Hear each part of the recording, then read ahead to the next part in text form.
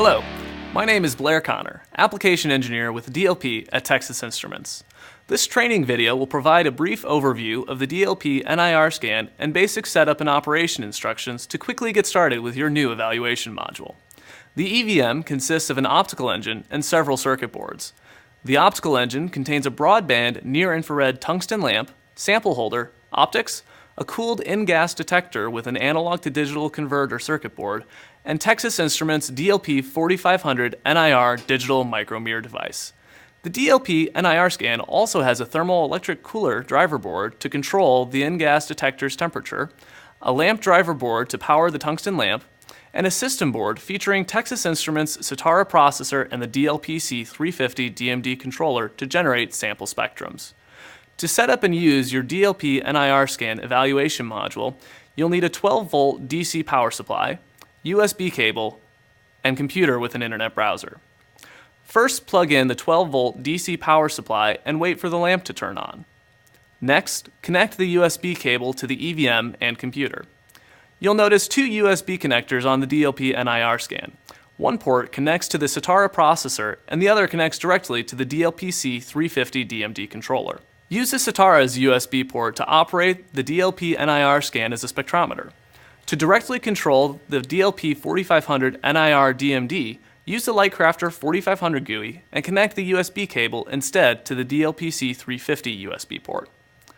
Now that we've set up the DLP NIRscan, we'll open its software and measure a sample with the Quick Scan feature. First, open an internet browser on your computer and enter the evaluation module's IP address.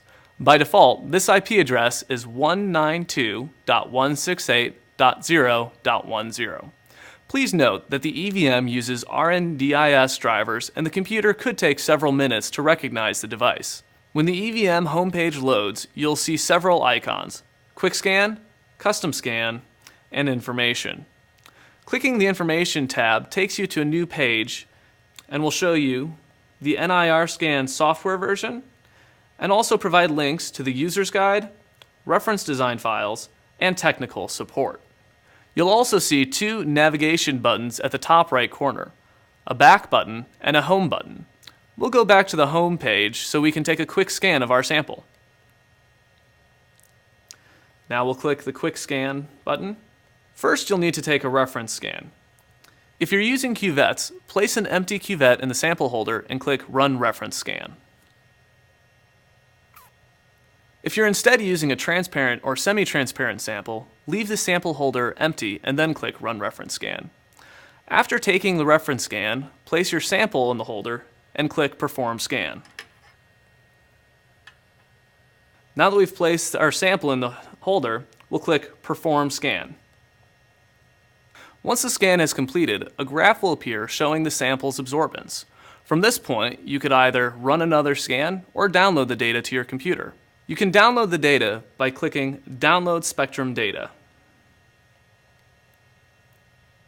A new tab will open a text file that you can download to your computer by right-clicking with your mouse and selecting Save As. Choose a file name and select a directory to save the file to. You can use this downloaded data to identify an unknown material by comparison to a catalog of spectral characteristics, determine the presence or concentration of a substance in a sample, and much more. We've now gone over how to set up the evaluation module, take a quick scan, and download the spectrum data. Please read the user's guide to learn more about the evaluation module. If you have any other questions about the DLP NIRscan or DLP technology, please visit our EDE forum online. Thanks for watching.